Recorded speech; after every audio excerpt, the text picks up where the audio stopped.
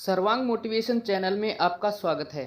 दोस्तों, हम हमेशा अपने गुरुओं से या पूर्वजों से एक ही बात सुनते हैं कि हमें अच्छा बनना चाहिए, लेकिन हमें किस हद तक अच्छा बनना चाहिए, इस प्रश्न का उत्तर आपको इस बोध कहानी द्वारा पता चलेगा।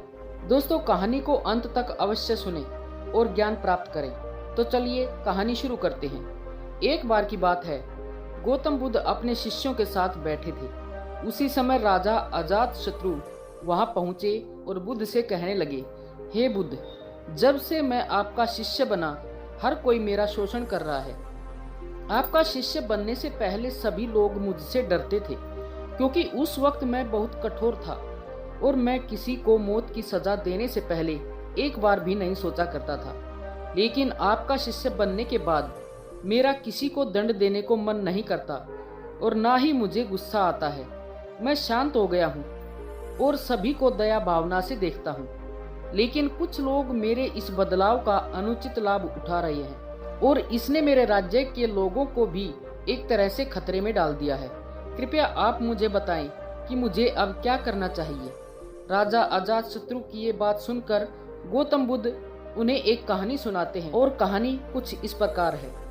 एक बार एक बड़े पेड़ के नीचे एक जहरीला सांप रहता था। पेड़ एक गांव के पास में एक कोने में हुआ करता था।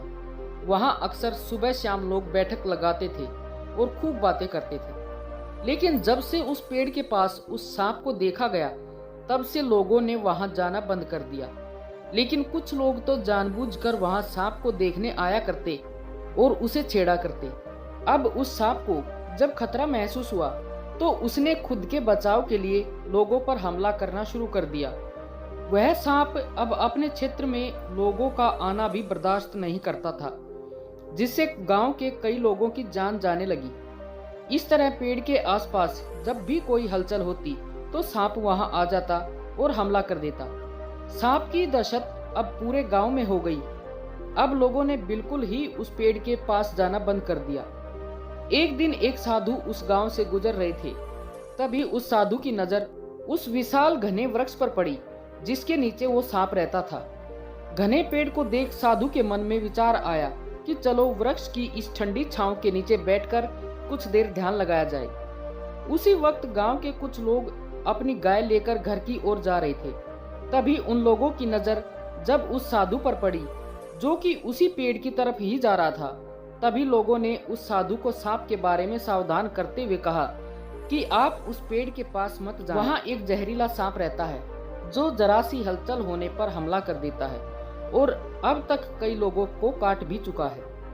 लोगों की ये बातें सुनकर साधु मुस्कुराए और उस पेड़ की तरफ चल पड़े। जगह को थोड़ा साफ करके जैसे ही साधु ध्यान करने के लिए बैठे, तभी सांप हलचल सुनकर साधु के सामने आ पहुंचता है और फुंकारने लगता है। फुंकार की आवाज सुनकर साधु की आंख खुलती है और वे सांप को देखने लगते हैं। वे सांप की आंखों में देखते हुए एक मंत्र बोलते हैं और मुंह से फूंक मारते हैं। तभी चमत्कारी रूप से वो सांप साधु से बातें करने लगता है। अब दोनों एक दूसरे की भाषा को समझ सकते थे। सांप साधु से कहता है, हे मनुष्य, क्या तुम मुझसे नहीं डरते? क्या तुम नहीं जानते यह मेरा क्षेत्र है और यहाँ आने की किसी की हिम्मत नहीं है? साधु ने करुणा से कहा, हाँ मित्र, इसमें डरने की क्या बात है? मैं किसी चीज से नहीं डरता, क्योंकि जब मैं जीने का लोभ ही नहीं रखता तो मृत्यु से क्या डर? सांप साधु की ये बातें सुनकर चौंक गया, क्योंकि सांप की इससे पहले ऐसे लोगों से मुलाकात हुई थी जो उसको मारना चाहते थे या उसके डर से भाग जाते थे, लेकिन वह ऐसे व्यक्ति से पहले कभी नहीं मिला था जो उससे नहीं डरता। सांप साधु से इतना प्रभावित हुआ कि वह साधु के चरणों में गिर पड़ा और बोला, हे प्रभु, आप बिल्कुल सही कह रहे हैं। आज तक मैंने जो कुछ भी किया है अपनी जान बचाने के लिए किया है। अपने क्रोध के चलते ना जाने कितने निर्दोष लोगों की जान भी ले ली है। इसके बाद साधु सांप को बहुत सी बातें समझाकर वहां से चले गए। साधु की बात से प्रभावित होकर सांप ने निश्चित किया कि आज से वह किसी को नहीं काटेगा। वह अपने क्रोधी स्वभाव को त्याग देता है, दूसरों को काटना बंद कर देता है। लेकिन इसका नतीजा उल्टा निकलता है। जब लोगों ने देखा कि सांप ने लोगों को तो काटना बंद कर दिया है, तो लोग उसका फायदा उठाने लगे और जो उससे दूर भागते थे वो उसके पास आने लगे और सांप को परेशान करने लगे। बच्चे उस पर पत्थर फेंक कर मारने लगे, जिससे सांप आए दिन हमेशा परेशान और घायल रहता था। वह बहुत दुखी था क्योंकि वह अपने जीवन का सबसे कठिन समय बिता रहा था। एक बार वह साधु फिर से उस गांव में आई। वह उसी पेड़ के नीचे बैठ गई।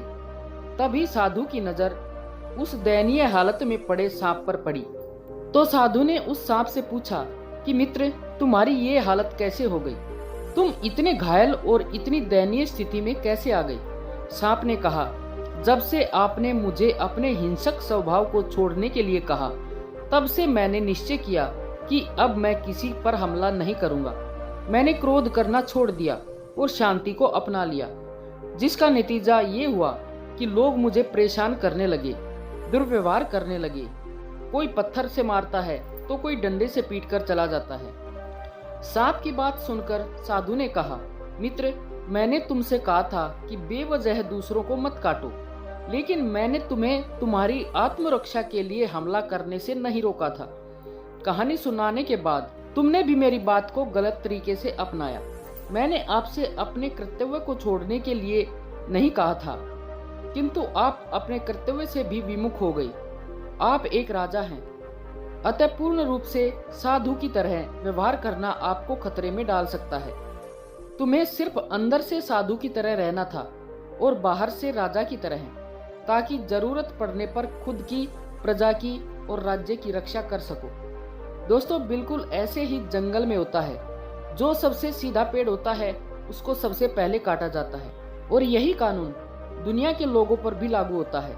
अच्छे भोले लोगों का खूब फायदा उठाया जाता है। अच्छे लोगों को जिंदगी में अनेकों दुखों का सामना करना पड़ता है, इसलिए कभी किसी को अपना फायदा मत उठाने दो। लोगों को उनकी मर्यादा में रखने के लिए खुद को परिस्थिति के अनुसार बदलना सीख जाइए, अन्यथा आपका हाल भी उस राजा व सांप की तरह हो जाएगा। दोस्तों, आशा है कि आपको इस कहानी से बहुत कुछ सीखने को मिला होगा। कृपया अपने सुझाव कमेंट बॉक्स में जरूर बताएं, और अगर कहानी अच्छी लगी हो तो कृपया वीडियो को लाइक व शेयर अवश्य करें और चैनल को सब्सक्राइब भी अवश्य कर लें, ताकि आपको ऐसी ही मोटिवेशनल व सीख देने वाली कहानियाँ सुनने को मिल सकें। धन्यवाद।